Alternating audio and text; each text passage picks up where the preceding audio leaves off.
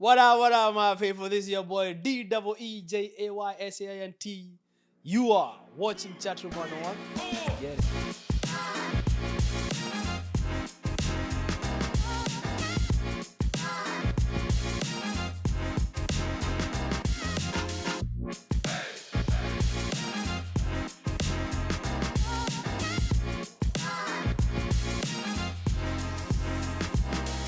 So, what's up, folks? How y'all doing? Maze kuna baridi. Mani. But anyway, today we have a special episode. We have an entrepreneur. He's a father. Muziki nao alitupatia. Akahamia America. He's here with us. And we want to know, are they still doing music as a group? Did they break up? What is going on with them? They are not doing any more music. What's happening? So without further ado, I'm not going to waste your time. Ladies and gentlemen, boys and girls, grandmas and grandpas, wadau, please help me welcome Tony MOG. Pull up. Boom, boom, boom, boom. Pull up, Deejay Selector. Itakuaje? Fiti mambo Saint. Uko How aje, shall bro? I say good morning, Saint? Buda umechapa luku. Mambo madogo, Saint. Mambo madogo haya. Mambo madogo, babo.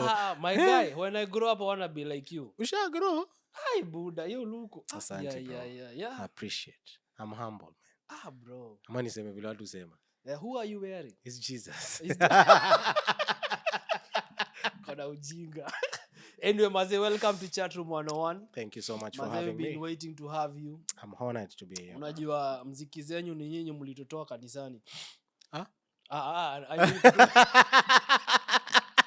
Saitana asindwe jamani. No, like you guys brought a different energy.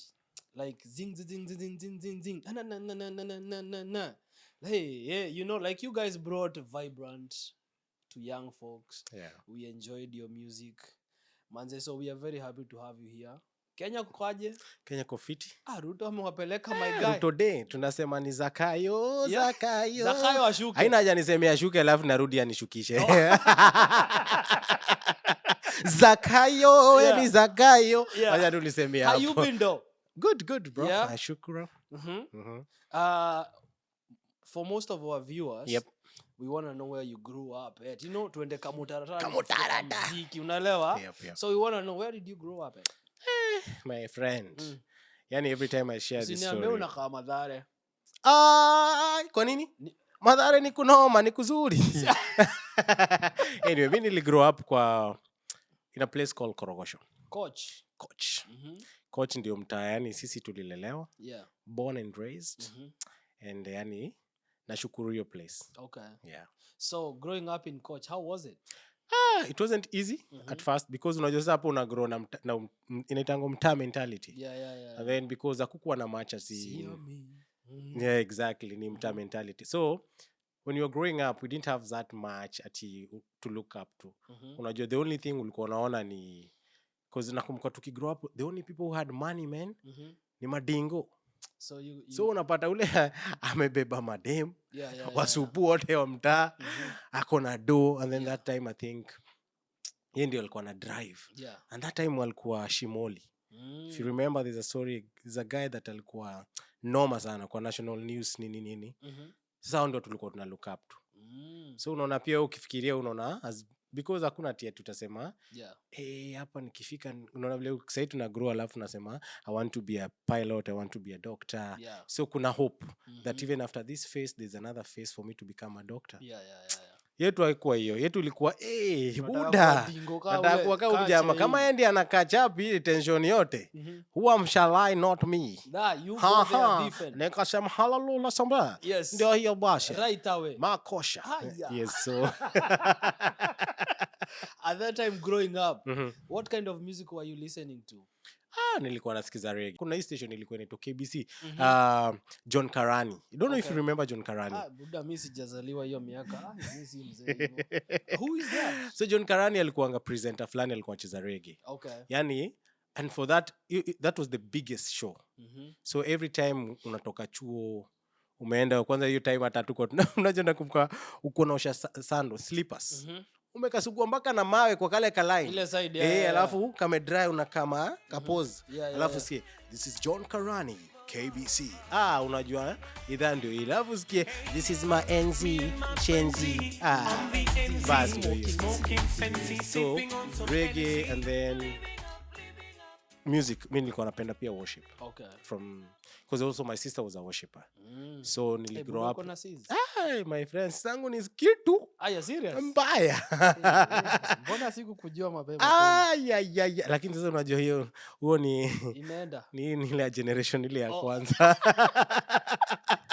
kama tunasema ngao ni mababy boomer Tony amekwambia wewe ni mzee by the way kwanza hapendi kusema miaka yake so dada mwambie akutumie 100 akona pesa tu mwambie akutumie pesa asikwambie kitu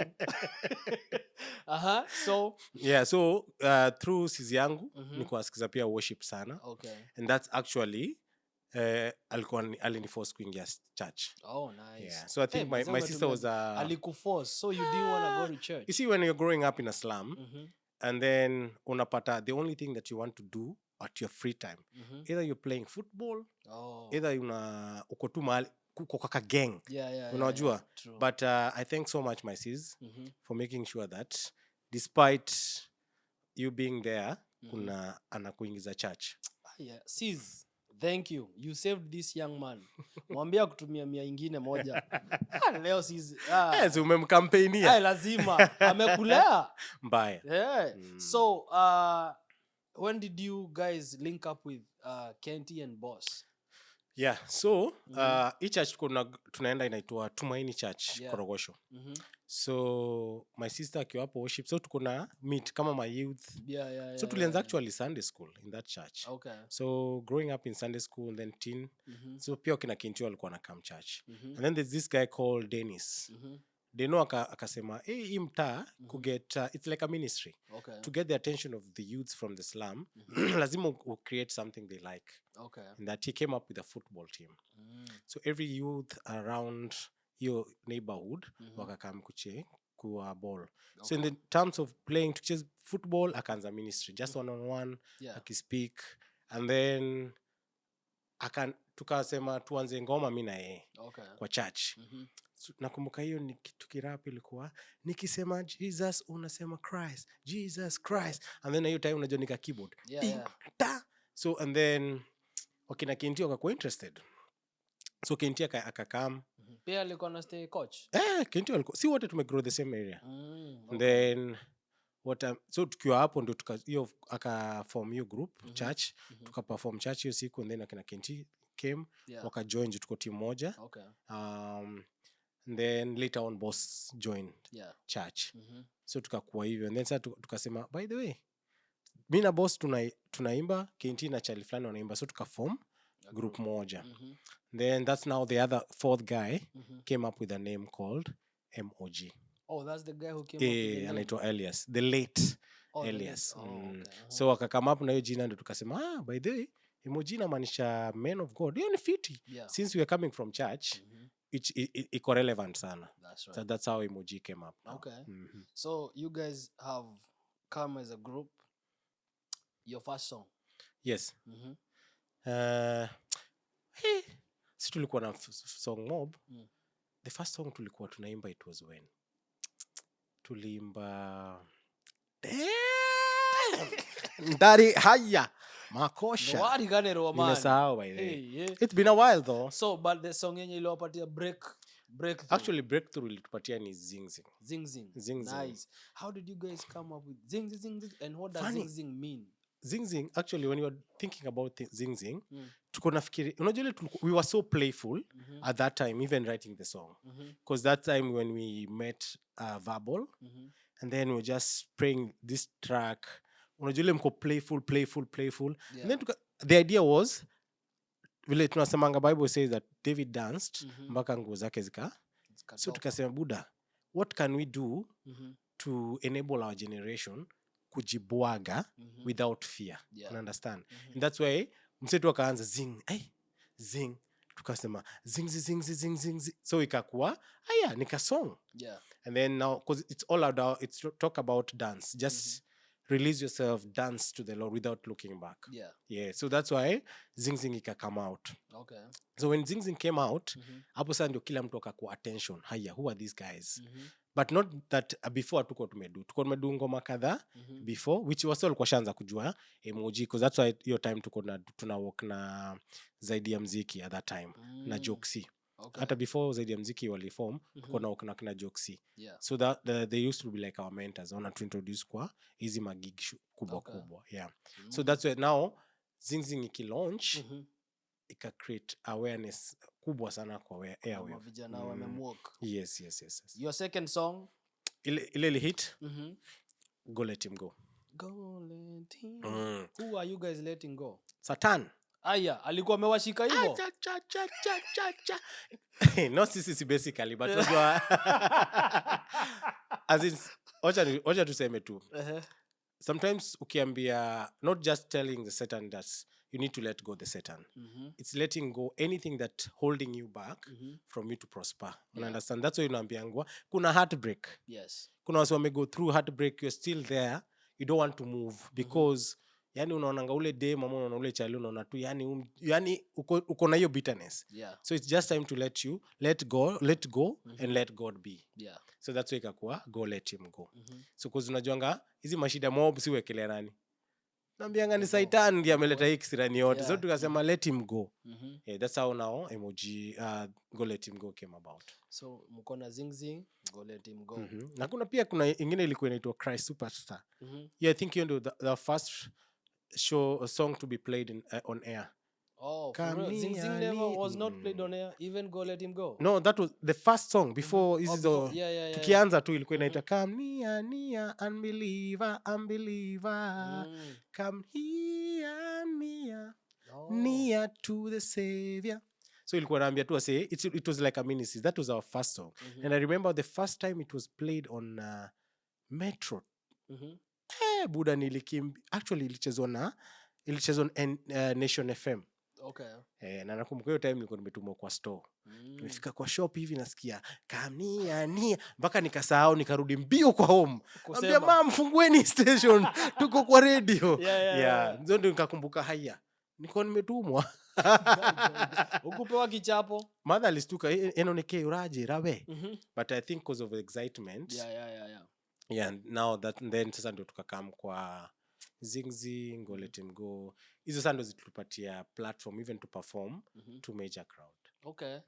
So how are you guys received by the church with that kind of music? And I think at that time they were used to something like maybe Henry Montuko, Rafton, right? Yeah. How did they view your music, guys? Because I think there are some people who would say these guys have brought entertainment to the church. This is not gospel. It's true. Number one, even just basically, because you see now when we're singing Come Near, it tunaimbanga na keyboard and then after that tukarecord. So ikakuwa it's something different, but because tumekam church, hizi machurch ndogo ndogo hazikuwa zinaelewa, but wanasikia Come Near to the Savior. But now when we came about Zing Zing with the track, unaona, this is something totally different from the church scenario. So tulikuwa tunafukuzwa actually church mob. Oh, serious? Yeah, I remember even our first now was it Zing Zing na Go Let Him Go zilikatazwa kucheza Hope FM. And remember Hope FM was the thing at that time. So if you gospel music, that was the best station because these stations zingine zitacheza tu, but because we wanted to reach the gospel people as well. So Hope FM ikakata. Kwanza nakumbuka kubamba Mozi ndo walikuwa kwa progi wakaambiwa easy. But now later on wakaona it embraced hizi stations zingine zinacheza ikabidi tu wache akina Mozi wakacheza kubamba wakacheza. So waka-explain ya ni wasi wa gospel. It's just the different route tumeamua kuishia. But churches, some took time to accept us, especially as M.O.G and this generation. But eventually, let's just say, the Holy Spirit Reka Maganda took over. And then now other churches wakaanza kutu embrace. Yeah. Yeah. Director wache ujinga kuniangalia wewe.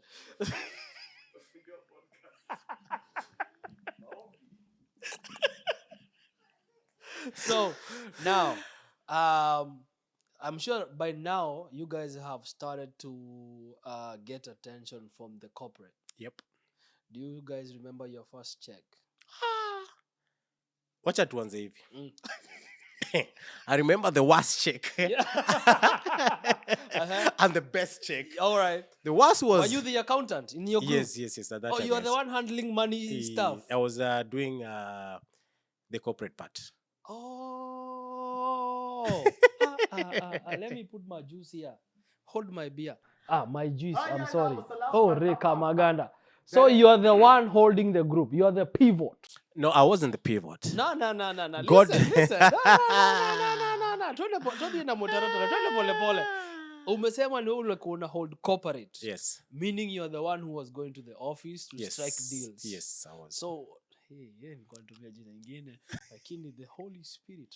So, I say akina Kentina boss, kazi yao mostly ni kusing, to think about the music. Wewe ni logistics. Unajua, let me put it like this. In a group, we have different strengths. Yes. So there's someone who ako poa kuongea kwa crowd. Yeah. Na ataipeleka. Kweli. Kuna ule pia atawa lead in spiritual way. Yes. Good after tumepiga nini ngoma pia tuingie kwa word. Na kuna ule sasa, where are we taking this? Yes. Pia unapata huku kwingine ako na relationship poa na ku-interact na client. Okay. Yeah, so that was me. Yeah. So I used to do Buda. Luku lazima ingetii na clients. Mambo madogo kaka, mambo madogo. Baadaye Buda, baadaye yo koloni umepaka inanuka pa huda. Asante bro. Asante. Sasa unaona ukiingia corporate hivyo na sana ni hii koloni dogo mambo ni expensive Buda, lakini mambo madogo tu. Mambo madogo. So guy, Mungu tusamehe. Yeah. So skia director ananiza, why you gay? Am I gay?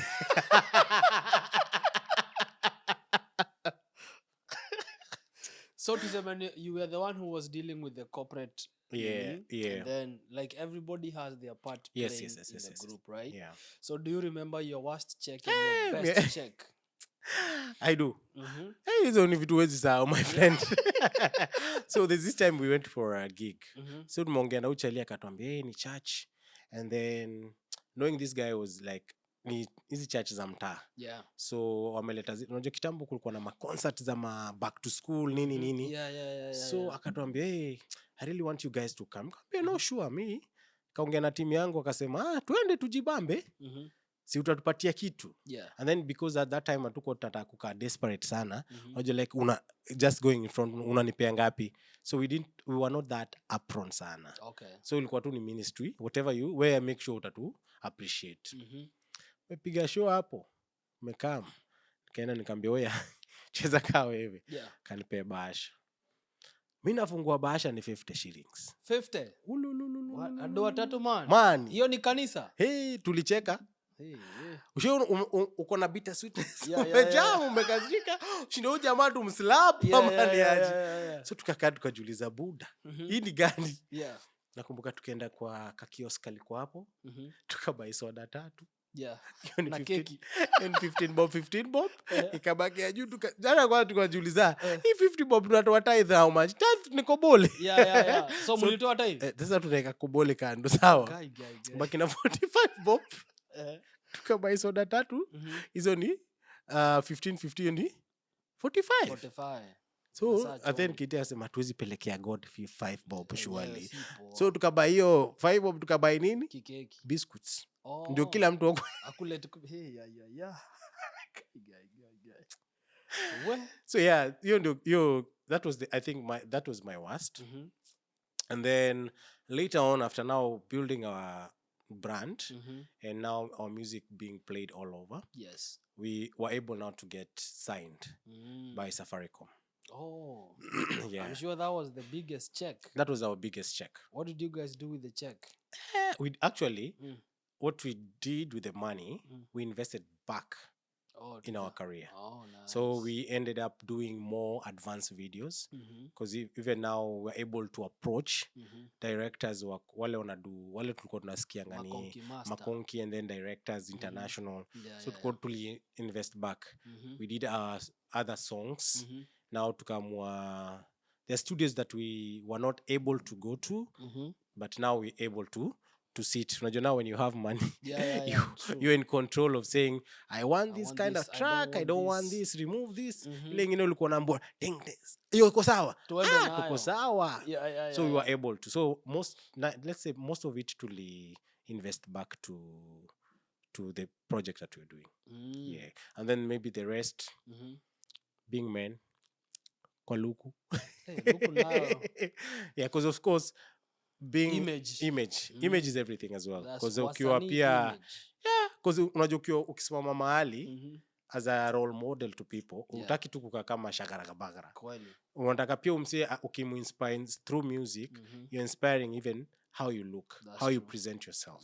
Because even that's how I was able to connect with more clients, because wanaona hao sasa vile wanapiga luku, they respect, they know what they do. Wewe unapiga luku juu ndio ulikuwa unaingia kwa ofisi. Wewe ulikuwa unaingia kwa ofisi. Let me see. Yeah. So yeah, that's that your Safaricom was the best. Nice. So now you guys the fame is getting in, right? So how did you balance faith and message, delivering music to broader audience? How did you continue to make sure you balance faith and all that? One thing I respect about M.O.G, we were never negotiating about missing church. So and then this hata wakati tulianza kujulikana all over the country, we've never ati kukosa kwenda church because at sisi ni master. We used to go to Korokocho bado, the same church. Yeah. Napata word hapo tunasikiza word. And then like now me I moved to nakumbuka nilienda JCC. And then from JCC to Nairobi Chapel. And the reason why nilifanya hivyo, it's because sometimes you look for a challenge. Unaona hii church nimekaa kutoka Sunday school. So I needed something that nitakuwa challenged in terms of even word and how different unajua environment as well. So are you saying the pastor in coach was not challenging you? Not as per se, because, but ilifika mahali, I'll be honest with you. Ilifika mahali I'm constant. I'm not growing in because you see nimeona before kuwa pastor. Now he's a pastor. Understand? I'm not saying that he isn't preacher because we are friends, but because I really needed something to grow me. Yeah, understand. And then because also nilikuwa naenda sana JCC Keshas. So nika inspire, let me try this as well. Yeah, so number 2, we'd make sure that kuna mentors. Because when your foot is in the church, ataka huku show and remember that, you know what, this is where I started and this is why I do gospel. Because hiyo ndio ilifanya sisi tukakuwa able to stand firm. Na watu kama watu wajui, you see like even KNT boss nini, tumefanya kitu inaitwa discipleship. Discipleship program, it is like a Bible school at that time. So kulikuwa na church yetu ilikuwa na hiyo program ya vijana ku understand the word, and that was even before we became popular. So you see, for that you already usha understand the word. Number 2, umepatio kitu na God ministry. This is music. Imekuleta hapa. So utajisahau. That's one thing that ilitufanya as M.O.G kukuwa able kukuwa strong and not kukuwa diverted just because umefika star, umejieka level fulani. Oh, that's dope. That's dope. Then from Go Let Him Go, your next song was? After Go Let Him Go, tukatoa ingine na Isaac Blackman. Alafu inaitwa Tempted remix. Pia hiyo ilikuwa kali. Yeah. And then tukatoa ingine na Eunice Njeri. Inaitwa Naona Macho. tukatoa someday that was our reggae day, and then ni Yesu tu tukaficha boy that one, right? yes ni Yesu tu ambaye anaweza kuokoa mama so tukatoa hiyo na Walson yeah, and then tukakuwa na Heartbreaker Mr. V. Nani aliwa Heartbreak? Unajua basically sometimes it's not about you. Music is very funny. Yeah. It's like writing a poem. Sometimes when you write it down, it's not basically what has happened to you, but it's what you see. Okay. You understand? And also umesikia wase wame go through some certain issues.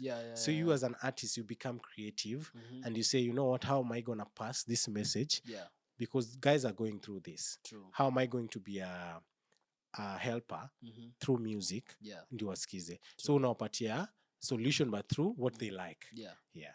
Okay. Because nikikam nikwambie umse amekuwa break. Aki wachana naye ama una go through hii shida. Wachana outani. You will not pay attention to me. But now when I put it in music, it's something that you dance to. At first you might just dance through the beats. But now when you pay attention to the words, you're like, haya. It's talk about what I'm going through, right? So yeah, that's why tunasema he's a heartbreaker. So from that, the other one? Heartbreaker. My favorite one. Oh, My Call. Yes. My Call actually came later, but My Call, actually, that was my favorite as well. Because it speaks about prayer. Yes. Yeah. So for me, that was one of the favorite songs.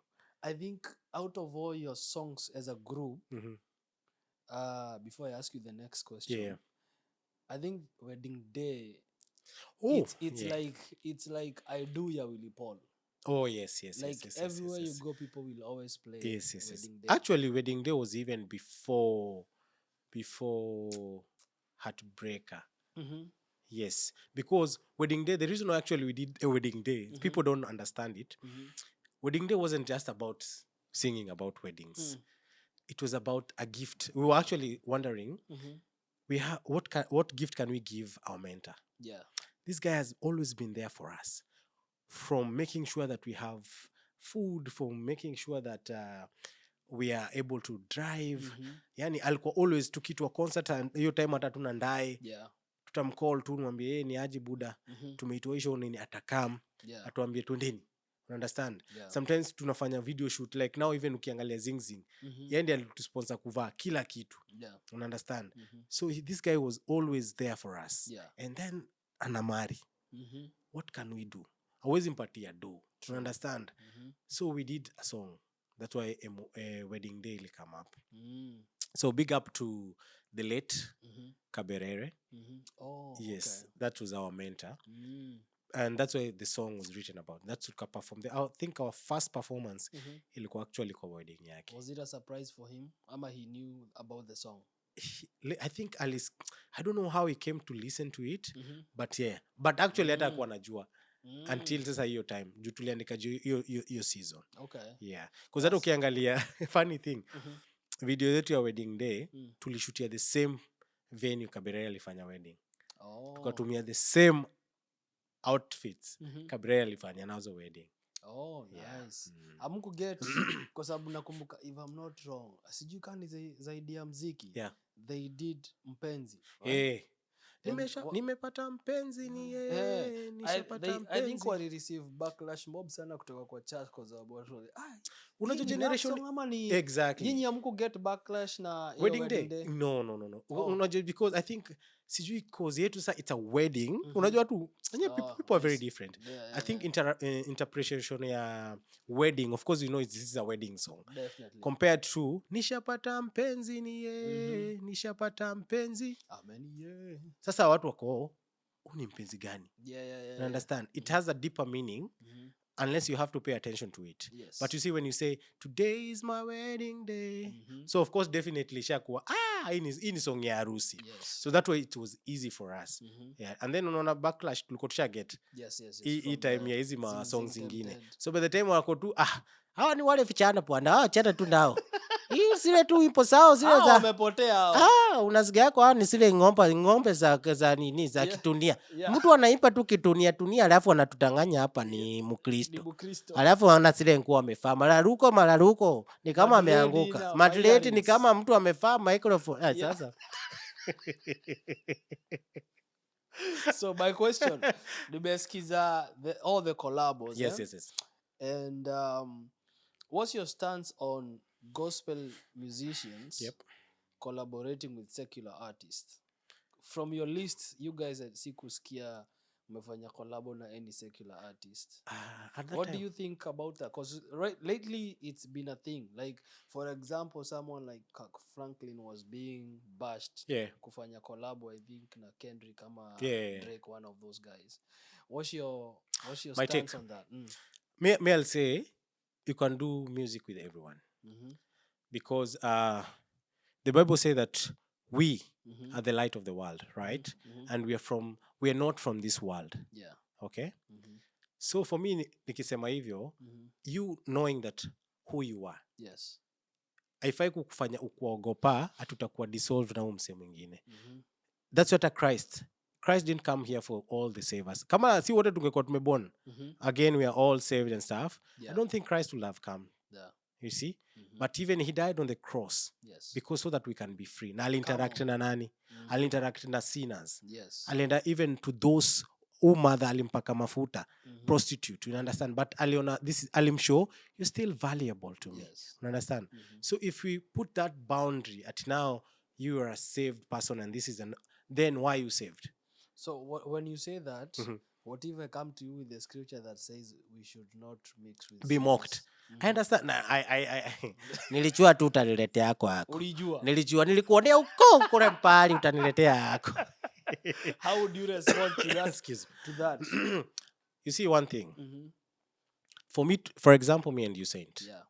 For me to be friends with you, have first nitalan tabia zako. So you understand? Yes. So now maybe the reason why we first number one, why do you want us to do a collab? Yeah.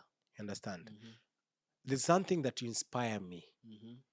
Maybe my delayment is knowing Christ, or even maybe believing in Christ. Yeah.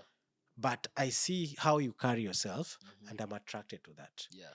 So for me to be to allow you to follow what I nini, lazima first ndakukaribisha. Yeah. So that you understand, by this gospel like wangi ativile na kuanga nimeibeba. Understand? So tutafanya. But also the question is, what kind of songs do you want us to do a collab? Yes. Unaona? Because sasa siwezi kama just because I'm not from this world, uniambie tuimbe manyake siwezi. Understand? But if it's a song that iko na meaning, I'll do it.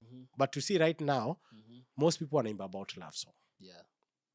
So love song tutaimba. Yeah. But that doesn't mean that I'm not born again. That's my take. That's your take. That's me.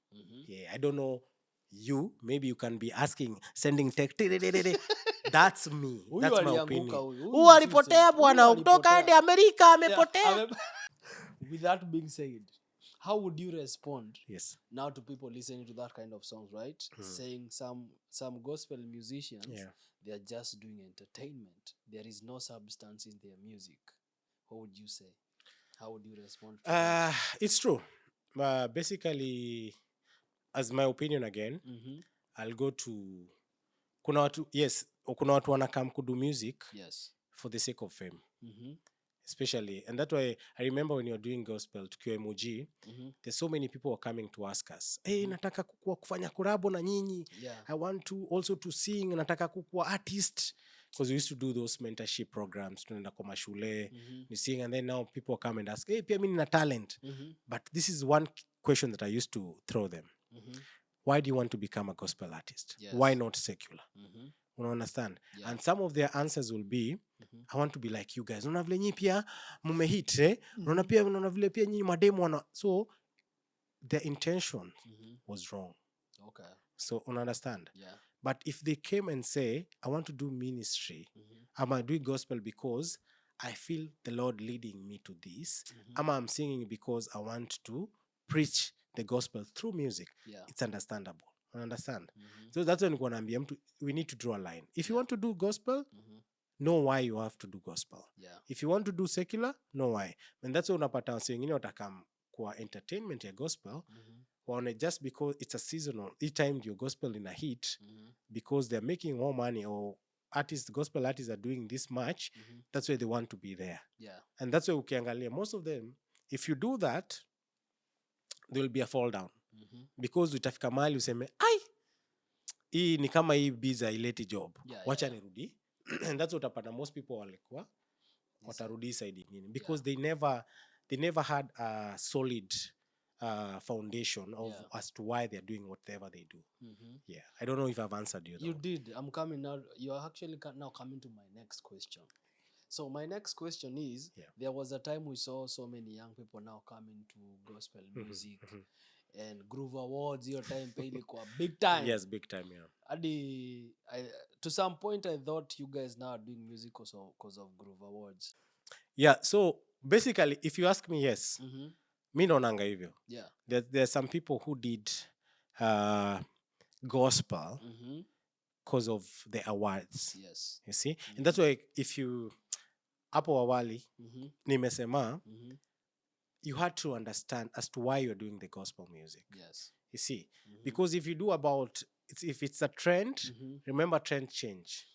Seasonal change. Utapata leo tunavaa mazikwende, kesho tunavaa manini jeans ragged, the next day tunavaa suti. So you have to understand why am I doing this? And that's what utapata most people, when the groove now was about to Groove Award, everyone was doing gospel. Hata utapata duration ya kurelease ngoma ilikuwa right before the nominations. You understand? So that after zimenominatiwa, they can be able to perform kwa hizo tours na so akati mtu anominatiwi, and then when the groove stopped all of a sudden, gospel ilienda wapi? Chini. So it's like Groove Award was the gospel industry, which is not supposed to be that. Gospel is you. Because even before you started the music, there were no groove. Because even as when we were starting music, Groove Award wasn't there. Understand? Groove Award started in 2004. Understand? Na so akukuwa na hizo vitu. And that's why unapatanga it's a challenging sana. Because unapata mtu aku nominatiwa kwa Groove Award, aku win any award, so alianza na bitterness. Understand? Hii gospel. But as to why were you doing the gospel music? Why are you doing because of the award? So hapo ndio kulikuwa na tafswishi kiasi. So many folks, including Mr. T, they blamed Kev for the fall of gospel. For me, I saw him as a businessman. He saw an opportunity on the other side, and then he went and dropped the other side. I remember this time he brought two artists. He did one for gospel. I don't know who he brought. And then the other akaleta Recross. Yes. Buddha hata mimi atakama na support gospel. Buddha mimi naenda kuwatch Recross. Why lie?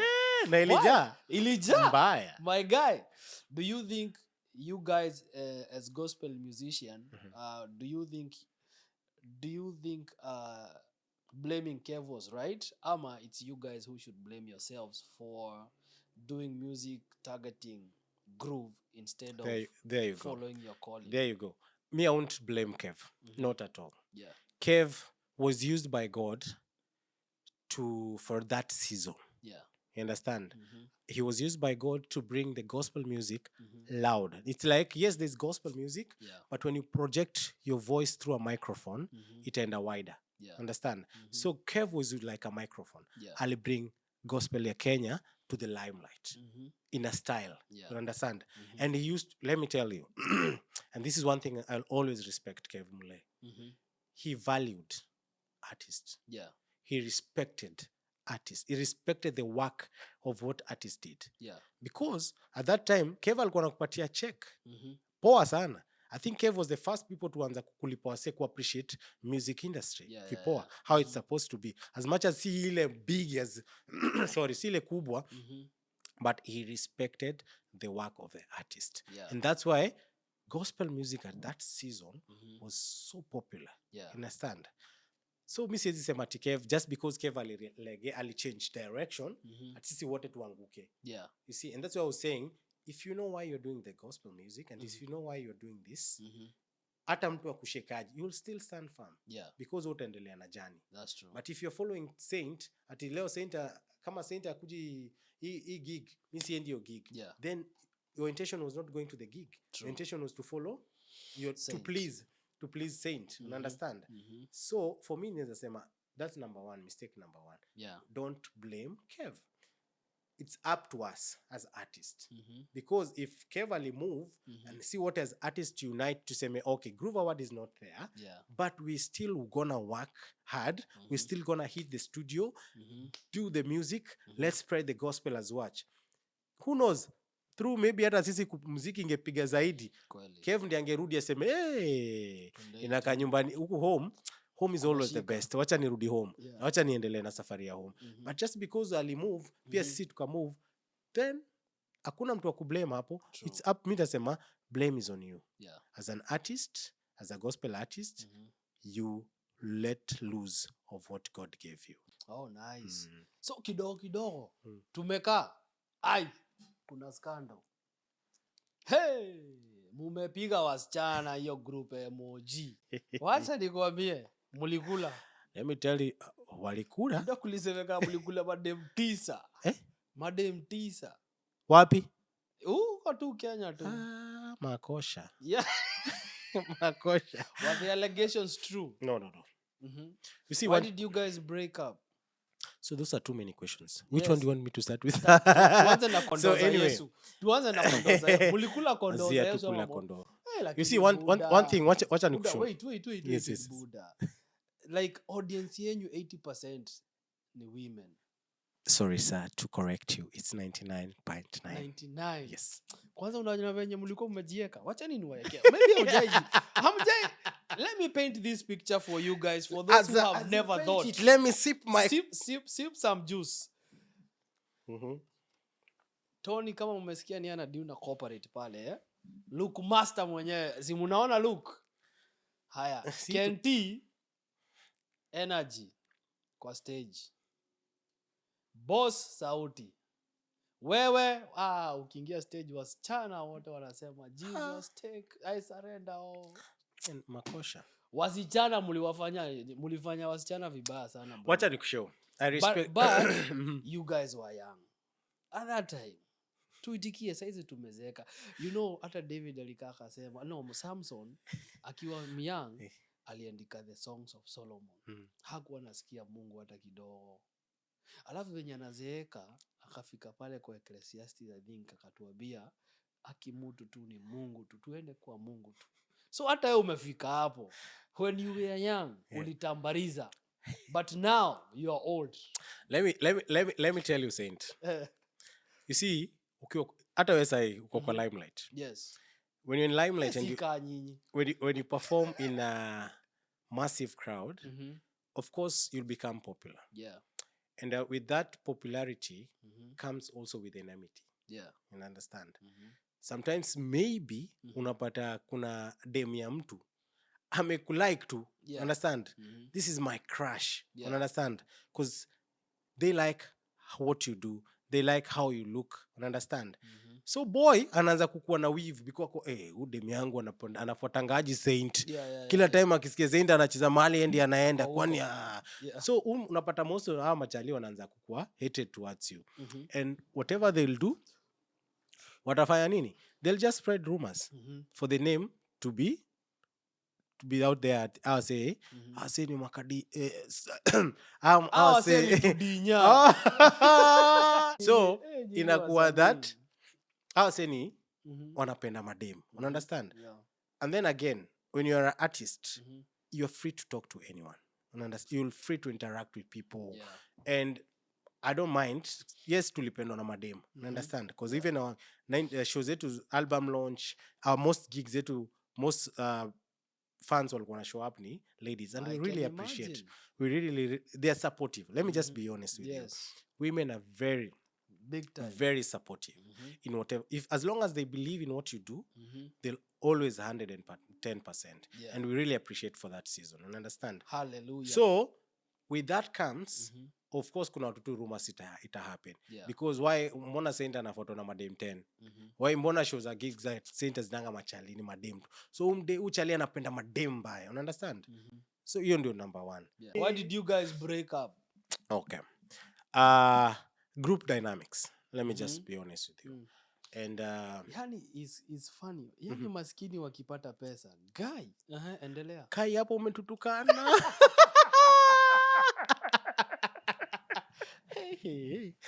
Chatroom 101. Tumeitwa kitu.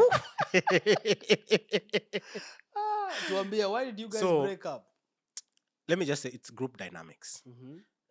In terms of you see when you grow up, kuna vitu sasa reasoning yako na umse mwingine it kind of differ. Yeah. There's one thing that you maybe want it better, mwingine pia anataka hivi vingine, and if you don't see it with one eye, with one direction, then mtaanza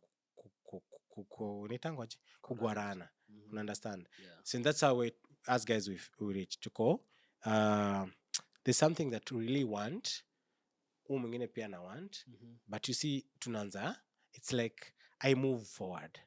We are stagnant because we anataka hii ama, and that's why tukasema, you know what, let's take a break. And then also at that time pia mimi nilikuwa shule. Okay. So I'm in school, niko diverted na shule, niko huku. So kuna a lot of that diversity. Yeah. So that's why tukakuwa, you know what, let's pull back. Yeah. But other than that, we've never been enemies. Okay. Not at all. They are my brothers, whom I love them so much. Yes. Yeah. And no Didi. No Didi. Hao ni watu tumejuana from our childhood. You understand? Yeah. So I've never seen them like friends. Those are my brothers. Nyinyi wote mmemari, mlikuwa na madem mkiwa fame? Mlikuwa na madem? Tulikuwa na madem. Tukiwa show? Mlikuwa nakuja na madem wenyu kwa show? Not si zote. Si zote. Ile time wanakuja and they see how women are screaming, hugging you guys, they want to take a picture. What was their reaction? I think it depends.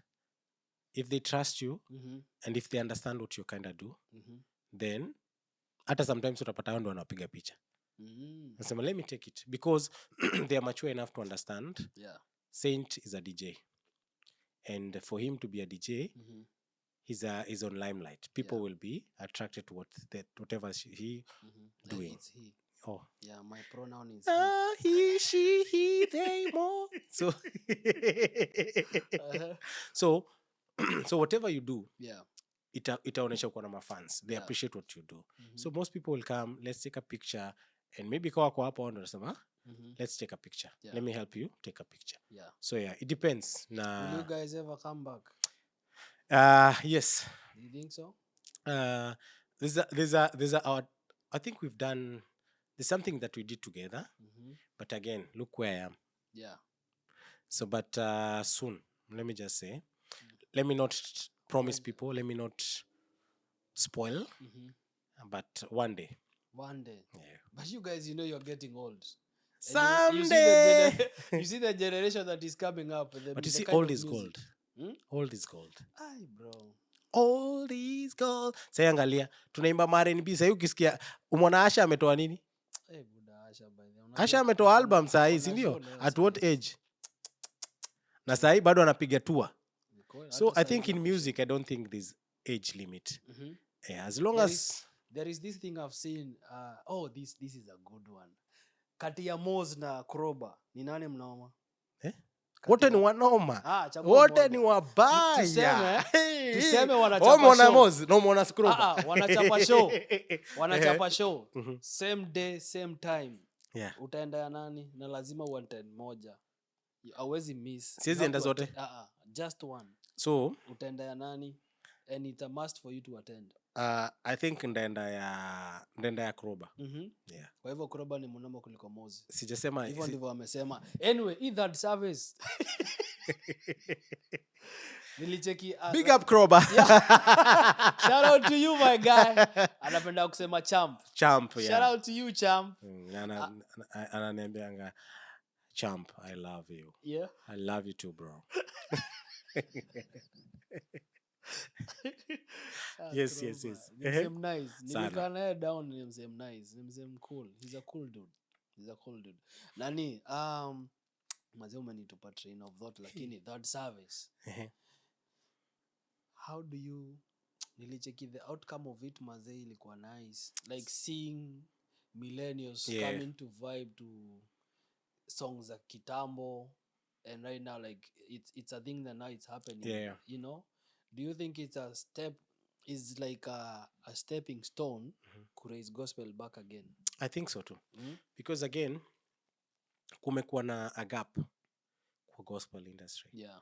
Na kitambo wase walikuwa na shows mob sana, if you remember. Yeah, true. Either kuna groove, either kuna TSO, either kuna CG 360 akina DJ Saint. Yeah. And there were so many activities happening.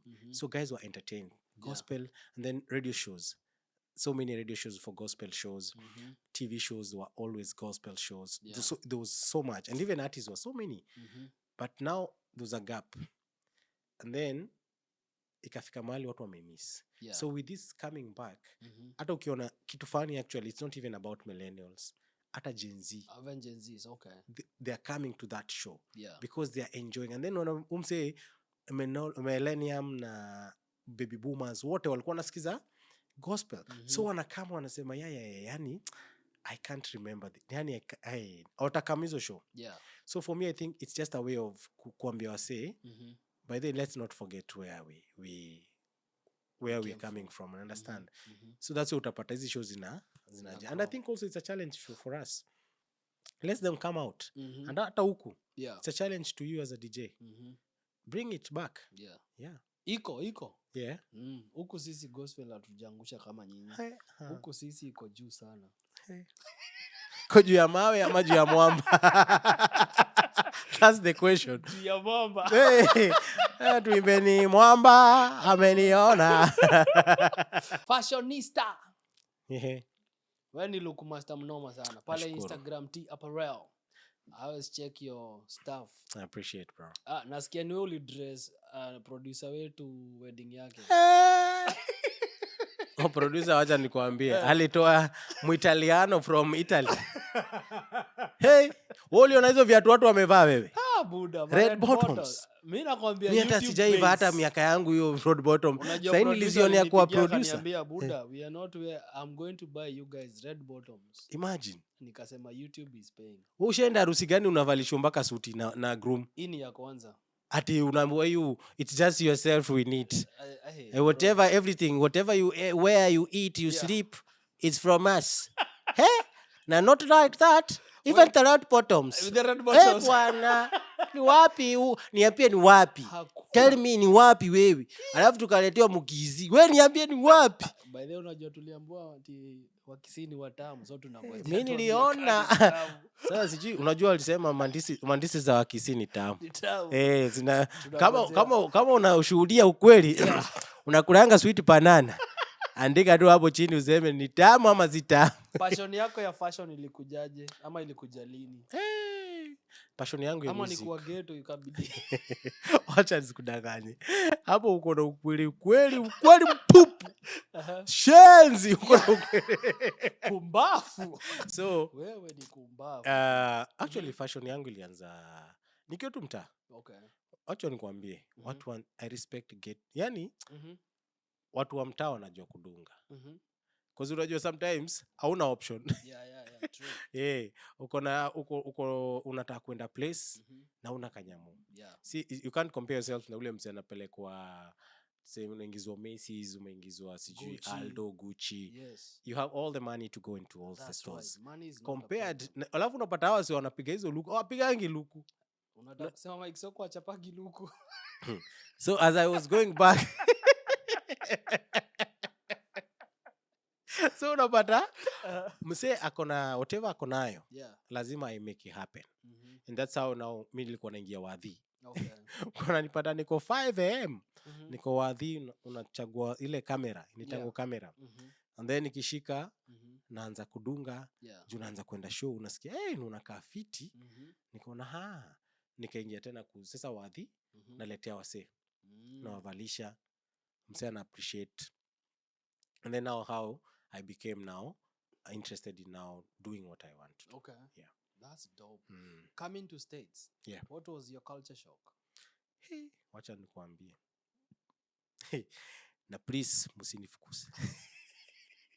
Tunawadeport So, our president. yeah. So my first experience was, you know, ile state umuona kwa movie. Yeah. New York.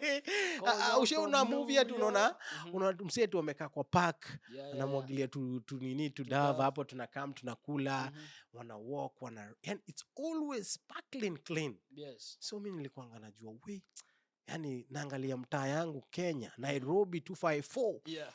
Najiuliza Jesus Christ. Kuna watu wanaishi hivi. Mimi huyo wapi? JKIA wapi? Nililand wapi? Nilanding Tacoma International Seattle. Hey. Unajua of course ndani ya ndege utaona nje. Yeah. Nimeshuka, check out nini. Nimechukua ndaye. Yeah. Kwa barabara najiuliza, wait a minute. Yeah. Hii ni state ama ni wapi? Ama nimepitia wrong? Mpaka nauliza Uber driver, are you sure we are going at the right place? Yeah. Because nilikuwa shock kuona malita, wasa wamelita kwa barabara. Number 2, homeless. I know. Yani wasa wamelala. And then ile place nililala ya first, ikuwa hapo UW. Sasa hapo ndio wasi. Yeah. Because nilitoka nimepack, nakumbuka nikaeka bag, naona nikienda kampo hapo UW, naona wasee wamejaa homeless. Nauliza professor ananiambia those are homeless nini. Nakana jiuliza buda hii ni America tupe yangu. Ni huko mko hustling ati let's feed Africa. You know Africa are dying. But huko my friend watu wamesuffer. I think that was my first shocking experience. What do you think Africa should learn from States? Compare those two pictures. I think what I can say is the power is within us, guys, especially Africans. What I can speak freely is our African leaders are the one disappointing us because we have everything we have in Africa. Whatever we need, we have minerals, we have gold, we are able to do whatever we are asking these guys. But just because our leaders are not allowing us, they're not showering us with whatever we need, that's what we're always seeking for help. That's why Tony has Potayard in Kenya, he's here in States. No, basically I'm here to speak to the youths. Yes. I'm here basically to my nature, my dream inakuanga actually ni to support youth, to make sure that the youths understand their power. And this mental health, man, that's where we are always fighting for it. Got it. Yeah. So there is someone in Coach, Kibera, Mathare, ama maybe Nairobi. Yeah. And maybe they used to look up to you guys. What advice can you tell them? Because they are trying to make it. What advice can you give them? Na all ni kamera ni gani ni ile? Hiyo iko nyuma yako. So me what I can say to anyone, despite where you're coming from. Yeah. Me ndakwambia tu simple. Do not let anyone look down on you because of where you come from, who you are, ama what you have. God alikucreate with one purpose, to prosper, and he has good plans for you. So he will never harm you. And remember also God says, if you knock, he'll always open that door. The power is within you. Imagine you can do it. Ni shift tu fulani tunafaa kushift that juu nimetoka ghetto siwezi. No, you can. Yeah. If you believe in yourself, you can do it. And that's my prayer for you. Yeah. That even remember, say, if you remember the Bible story when Moses alienda kupray, akaambiwa akarudi akapata wase wanaumwa na snake. If you remember? Yeah. Akaambiwa ashikilie nini yake hapa. Whoever will see that, will look at that thing, road, atawachokubaitiwa. And it's the same message I want to pass to you. Yeah. That thing is looking up to God. Because God will never disappoint you. Yeah. Ukikam, despite atuweni msi wa Coach, Kibera, Mathare, whichever slum or whichever situation uko. Hata kama uko Kindaruma, uko Murang'a, sijui wapi, Kinangop. Yeah. but God anakwambia if you look up to him with whatever you have, mdedicate tu mwambie this is my desire, he shall fulfill them. Hizo snake zote ni hizo sauti unasikianga, you can't make it, wewe ni mgeto, unaenda wapi, utadai hapa hizo snake zote ni hizo sauti. Just look up to him, present to him yourself with your desires and he shall fulfill. Situfunge hii show.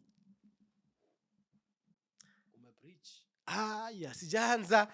Ulikuwa umeniambia nianze. So yeah, that's what I can tell guys, that because even as it took us to believe in ourselves, that's true, and to believe in God, and that's why unaona sisi hatujai kwa ati tukasema tuli backslide ama siwezi sema ati, because we had opportunity to do secular. That's true. You understand? Yeah. But I don't think if we did go secular tungekuwa where we were. That's true. But because we believed in God and believed in ourselves, that's why God to elevate. Yeah. You understand? Yeah. Because God to use kuspeak word yake. Yeah, so kuzika tungekuwa tunajihurumia tumesema buda ndio tumetoka coach. Because uko coach uko tunaambiwa unaenda unakutana na wase mababi men. Wewe unaangalia mali unarudi kulala. Ni pale mzee akinyora hiyo hao inabomoka. Hizo zetu kwetu ni kule ulikuwa fungua hii mlango ama tumwagilie maji tuingie. You understand? But that didn't stop us from believing in ourselves. That's true. And that's why if you believe in God, if you believe in yourself, atakuelevate. And then what I can tell also people is just always write down vision. Where you want to see yourself in 5 years, where you want to see in 10 years. Too, right? Exactly. Write it down. Speak to it.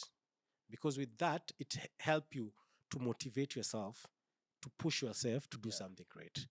Because ukikaa tu hivi chini pale mawe unaangalianga unasema unajua mimi ni huku getu hata tuwezi ndaolea huku ndazalia huku ndaka nini. Imagine whatever you speak it will be. If you want to stay in coach, if you want to stay in that slum, if you want to stay in that situation, you will still stay there.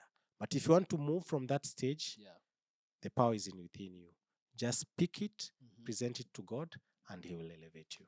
Thank you so much, Tony. Thank you so much for having me. Where can people get you from your fashion, music, everything? Actually, Tony Apparel, Gmail. You can actually send me tonyapparel@gmail.com. Okay. I'll always respond the email. And again, Instagram is Tony MOG Kenya. You'll find me there. Yeah. Facebook, Zing Tony. Twitter, kidogo nilitake a break. But also, if you have any question about fashion, because beside that, I do an image consultant. I help you to brand your future. I help you to maintain and to elevate your brand. And so, if any question you have, hit me. Mademo wanaweza slide kwa DM. Wanaweza slide wana questions. And then tutawajibu. Muliko unatumiwa mapicha? Nudes. Unajua sasa unajua wakati yetu tulikuwa nini? Hatukuwa na phones. Unajua tulikuwa tunaenda cyber. Unakumbuka? Utatuma luku uchape hapa hivi. Unajua utatuma ka message alafu unarudi cyber after 3 days. Angalianga umjamaa. Alafu wewe unaangalia hata uwezi kaa sana juu unaangalia kale ka time kakifikisha mbao unasema siku yangu wacha nitafute kesho. So okay.